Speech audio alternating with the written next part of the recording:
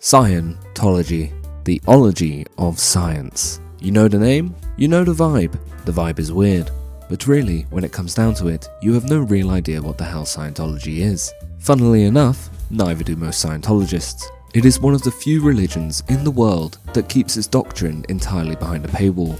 Many paywalls. You see, within Scientology, information is heavily compartmentalized. There are many tiers through which church members can progress. To make it to OT level 8, the equivalent of achieving Champion 1 in Overwatch or Grand Wizard in the Cool Kids Club, a Scientologist would easily be set back several hundred thousands of earthly monies. But have no fear. Blank Rascal is here. As the benevolent, kindly, generous dictator of the Blank Rascal YouTube channel, I am going to bestow this information upon you for free. That's right, people, free. It's a rascal decree. No charge at all. Beat that price. That said, after receiving these secrets, if you feel compelled to give me many thousands of dollars anyway, you can do so on Patreon. No shame in that. By the end of this video, you will know more about Scientology than most Scientologists do themselves. So, if you do ever meet one, be sure to share these secrets with them and save them some money. As for the sacred secrets themselves, I think you'll find that Scientology is surprisingly mental.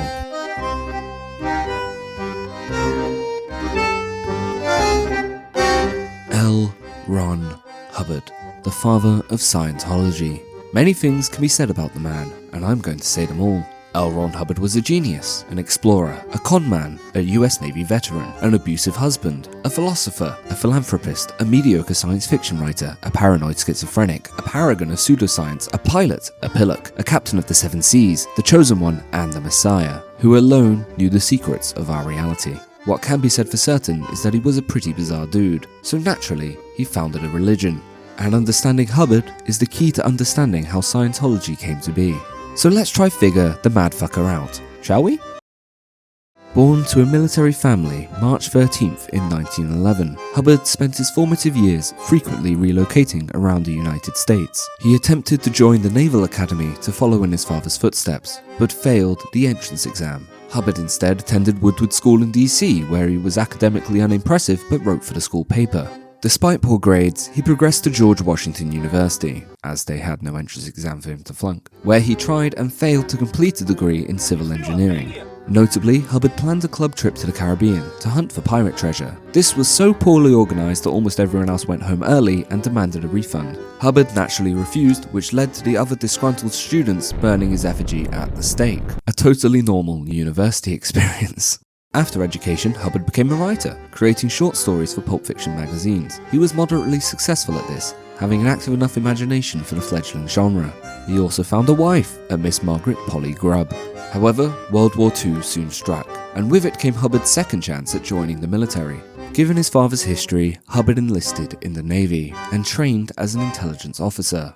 Hubbard's war achievements are as follows. He helpfully sent blockade runner Don Isidro 3,000 miles off course. He was relieved of command of a patrol boat in Boston Harbor for being not temperamentally fitted for independent command. Inexplicably, Hubbard was then given command of a submarine and spent 68 hours in combat against an imaginary enemy sub, which turned out to be a known magnetic deposit. Later, Hubbard erroneously fired upon Mexican territory and was once again relieved of command. He was finally assigned to crew the USS Algo, where he developed many chronic but imaginary pains and discovered the grand conspiracy of attempted sabotage. He was promptly hospitalized. Hubbard also had a tendency to piss himself throughout his military career. After the war, Hubbard returned to writing, but was in a near constant state of financial crisis. He also found a new wife. Interesting story involving a Mr. Jack Parsons, a rocket engineer and prominent occultist. Hubbard shared in Parsons' passion for depraved sexual acts and worship of the occult. He also began to share Parsons' girlfriend, a Miss Sarah Betty Northrup. Wild stuff, but it gets wilder. The trio hatched a harebrained scheme to purchase luxury boats on the East Coast, sail them to the West Coast, and flip them for a profit. However, at some point, Hubbard decided he didn't like this plan. So he stole Parsons' money, stole Sarah Northrup, bought a yacht, and fled the country. Scientology later has chosen to censor Northrup's existence from their rose-tinted version of Hubbard's life, for reasons I will shortly get to. Anyhow, Parsons was financially ruined, and Hubbard and Northrup were soon married. But Hubbard never actually bothered to divorce his first wife, so the legality of their union was tenuous to say the least. Still, Hubbard continued to be a moderately successful magazine writer, particularly in the science fiction genre, being frequently featured alongside legends like Ray Bradbury and Isaac Asimov, two of the most widely appreciated and respected science fiction writers of all time. But Hubbard was unsatisfied, a wee bit glum, downright suicidal, and his illicit wife Sarah Northrop was growing rather concerned with his erratic mood and behaviour. He had a growing obsession with psychiatry and would often voluntarily assist in clinics and hospitals, despite potentially needing help himself. These experiences would fool him into an egotistical delusion of intelligence in the psychiatric field. Hubbard clearly had a notion that he had something to contribute to humanity beyond the realms of fiction, but he was woefully lacking in any scientific knowledge or talent. When in doubt, just make shit up. And so, for better or worse, L Ron Hubbard wrote Dianetics. Dianetics is essentially just a rehashed version of Freudian theory, with some additional superhuman powers. Apparently Hubbard came up with the ideas following a trip to the dentist that triggered a psychedelic odyssey. Not exactly meticulous research. Hubbard promised that through Dianetics alone he could cure the common cold, arthritis, dermatitis, allergies, asthma, cancer, coronary difficulties, diabetes, eye trouble, ulcers, sinusitis, and migraines. He also promised that through auditing, which is a delicious blend of therapy, hypnosis, and interrogation, one could achieve a state known as clear, where abilities such as superhuman intelligence and photographic memory could be unlocked. Hitting the shelves in the 1950s, Dianetics was denounced by scientists and literary critics alike, but it was a commercial juggernaut. Springboarding off the crazed success of the book, over 500 Dianetics auditing centers were quickly established across the United States, and in the spirit of good old-fashioned capitalism, people would have to pay hundreds of dollars for the privilege of being audited, which, with very lax financial controls at the time, made old L Ron extremely wealthy. Hubbard finally achieved the popularity he had long craved, but it would not last. Dianetics was a craze without much substance, and the craze soon began to fade. It was not helped by Hubbard demonstrating in front of an audience of 6,000 people the powers of a supposedly clear physics student. She could not remember a single formula from her classes, nor could she recall the colour of Hubbard's tie. Dianetics was quite clearly a load of bollocks. Attendance numbers started dropping, and Hubbard robbed most of the centres of foundations blind, leaving them to flounder in debt and crisis. The meteoric rise and fall of the Dianetics movement all happened within the span of a single year. But having briefly suckled the sweet teat of success, Hubbard did not handle the taste of failure well. It was around this time that his wife Sarah Northrop attempted to have him committed, as his delusions and bouts of irrational anger grew too much for her to bear. Hubbard was now in a state of psychosis, perhaps even paranoid schizophrenia. He had begun to nurture a certain enmity towards modern psychiatrists for not accepting the truth of Dianetics and considering him to be rather loopy. So, in response, Hubbard proved that point by kidnapping Sarah and their daughter, and attempted to play the Uno reverse card to have Sarah herself declared insane and committed. This may sound like an episode of Peep Show, but this actually happened. Fortunately, Hubbard was unable to find a doctor willing to commit the perfectly sane Sarah, so he had to let her go, but he kept their daughter and fled to Cuba. In a last-ditch effort, Hubbard also attempted to have Sarah arrested as a communist spy, in a rambling letter to the FBI that was ignored and simply annotated, "appears mental." And so Northrop filed for divorce, accusing Hubbard of subjecting her to sleep deprivation, beatings, strangulation, kidnapping, and exhortations to commit suicide. Hubbard's first wife Polly offered to corroborate her story, claiming she had suffered similarly. And newspapers eagerly reported Sarah's perspective that Hubbard was hopelessly insane, paranoid, and should be committed. A pretty damning assessment. But did Hubbard get help? No. Sarah was forced to officially denounce these claims in order to get her daughter back. She signed a letter, written by Hubbard, declaring him to be a fine and brilliant man. Yep. In case you are still wondering who to believe, later on Hubbard's mistress Barbara Clouden also claimed him to be paranoid and psychotic, and if we combine the testimony of these three women with the reports from his military career, it is pretty evident that L Ron Hubbard was indeed a bit of a Fruit Loop, which is why the success of Scientology is all the more baffling. In desperate need of money, Hubbard pivoted from the failure of Dianetics, and by all accounts, intentionally turned it into a religion for profit. In fact, he is directly quoted saying, "You don't get rich writing science fiction. If you want to get rich, you start a religion." And so, upon the broken ground of Dianetics, the religious framework of Scientology was constructed. Hubbard introduced a new concept, beyond the state of clear, known as an operating thetan. This is the stage where truly cosmic mental powers are unlocked, However, these were much harder and much more expensive to reach, with all the secrets firmly locked behind yet another paywall. Hubbard also introduced his followers to the E-meter, a magic machine with 2 tin cans that can read your body's engram energy to discern falsehood from truth. It functions essentially like a polygraph lie detector, only worse, as a polygraph measures factors like breathing, pulse and blood pressure, whilst an E-meter only measures electrical impulses from skin resistance, which can fluctuate for a number of reasons such as sweat, grip and hand movement, but Scientologist auditors will claim the machine can read your thoughts. Again, the E-meter is obviously bollocks, but it provided a mystical mechanism to give the Church of Scientology more authority over its subjects. Anyhow, it was a success, a smash, an instant hit. Religious mysticism was exactly what Dianetics needed to save itself from collapse. Scientology was the evolution, and Hubbard's image was reincarnated into a messianic figure. This is their messiah. But Scientology claims to have millions of members to this day, so the religion-for-profit business model obviously has longevity. But what bollocks did L Ron Hubbard actually whip up to scam these people out of their life savings? What do Scientologists actually believe? Well, in his lifetime, Hubbard made many outrageously unsubstantiated claims, one of the most egregious being that he had personally travelled to Venus and seen its railroads and cafes. So why don't we go through the tiers and walk together along the bridge to total freedom? Suppressive person. This is the lowest term in Scientology, reserved for critics and apostates of the religion. Technically, Blank Rascal would count as a suppressive person, but I'm not so much a person, more of an omnipotent internet god, so I reject the label. Scientology sees suppressive persons as fair game for harassment and aggressive litigation. Like all bad religions, critical infidels must be purged. Worse still, it is believed by Scientologists that interaction with suppressive persons can lead to severe illness or even death. A belief instilled to prevent Scientologists from listening to any outside perspectives on their silly little religion. Raw meat, raw person, raw fatum, or wog. This is you. You are probably a wog.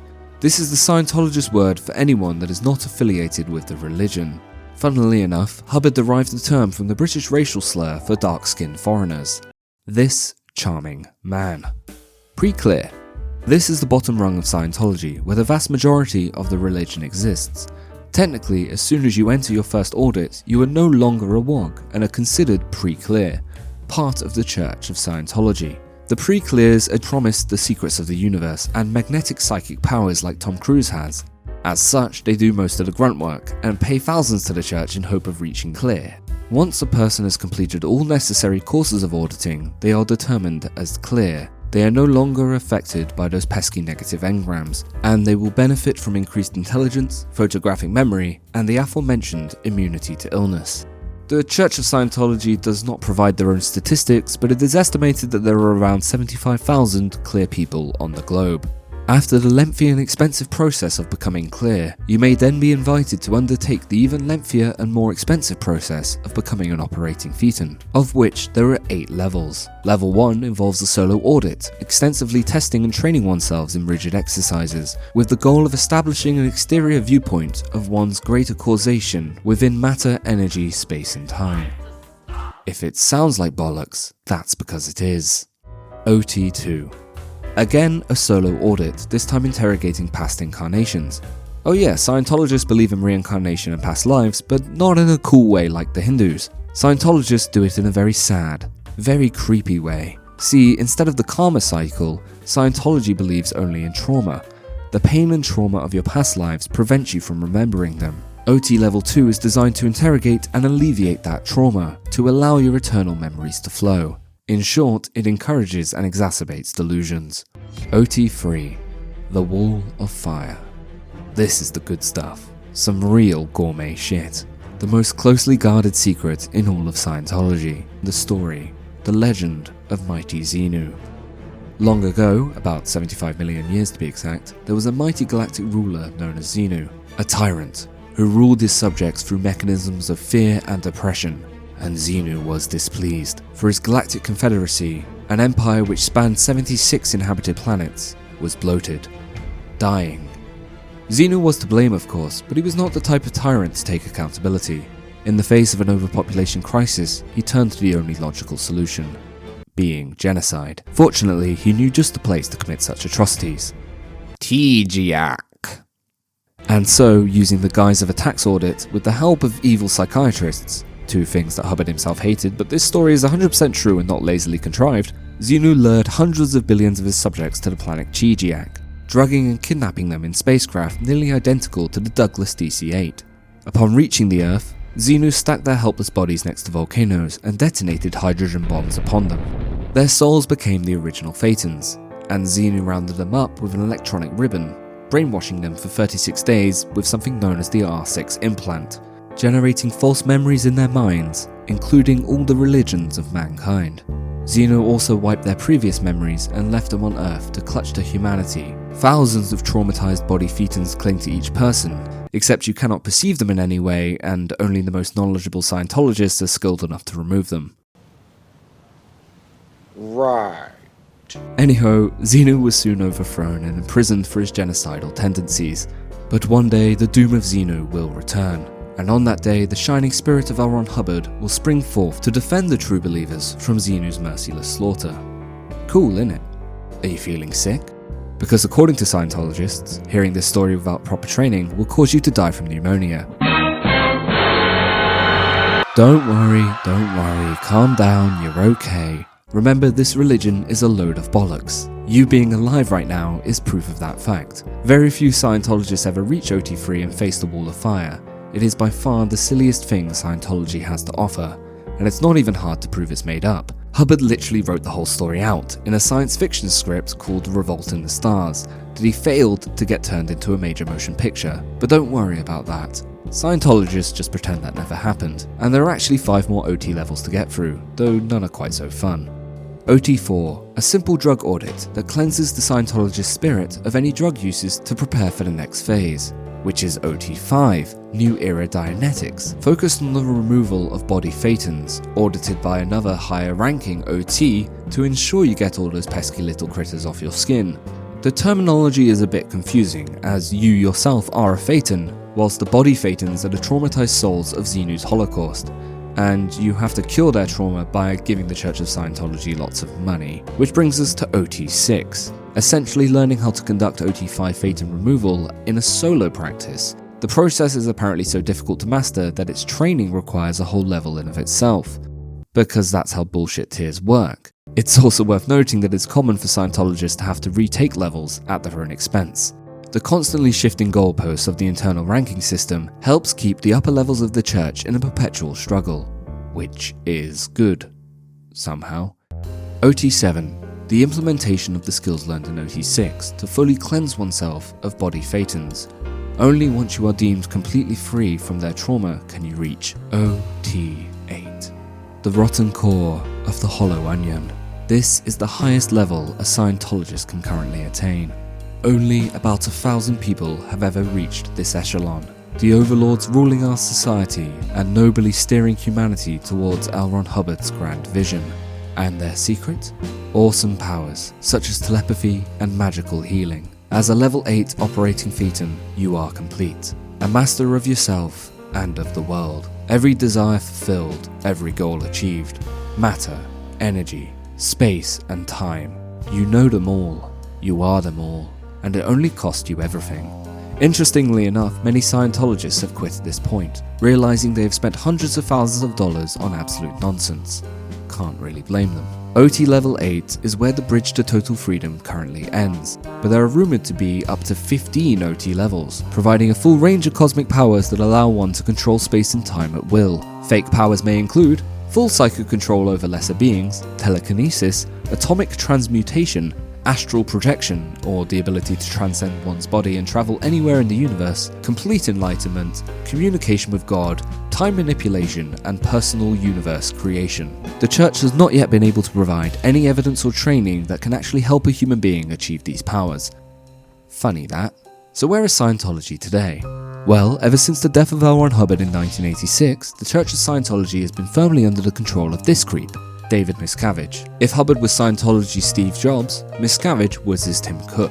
Since taking over, Miscavige has streamlined and modernized the church, increasing profits and making efforts to normalize Scientology as a mainstream religion, such as buying Super Bowl ads and suckling Mr. Cruz every chance he gets. Although a different breed of cult leader, Miscavige is every bit the worthy successor to Hubbard. He is just as intense, equally deceitful and utterly mental. It is even rumoured that Miscavige was responsible for his mother-in-law's suicide, who was an enemy of Scientology. Apparently she slit her wrists and shot herself 4 times with a rifle. Nothing suspicious there. In addition, no one's seen Miscavige's wife Shelley Miscavige since 2005. At best, she is being held captive deep within the church's network. At worst, well, generally people who've been missing for 20 years stay missing. Yeah, maybe I shouldn't be fucking with these people. Too late now, I suppose. On that note, if there are any Scientologists watching this who wish to consider me a suppressive person and want to harass, sue and murder me, here is my address, this is my email, my real name is Nigel Farage. Please do your worst and teach me a proper lesson. As for the rest of my lovely viewers, please do not join Scientology. It's a cult, reveling in the delusions of a long-dead maniac. Pick literally any other religion if you must. I hear Hinduism is pretty groovy stuff, but ideally you should not allow any institution or person to tell you what to think. Except for Blank Rascal, who is always correct and whose word is law. And I thank you for watching, and I love you for caring. Goodbye.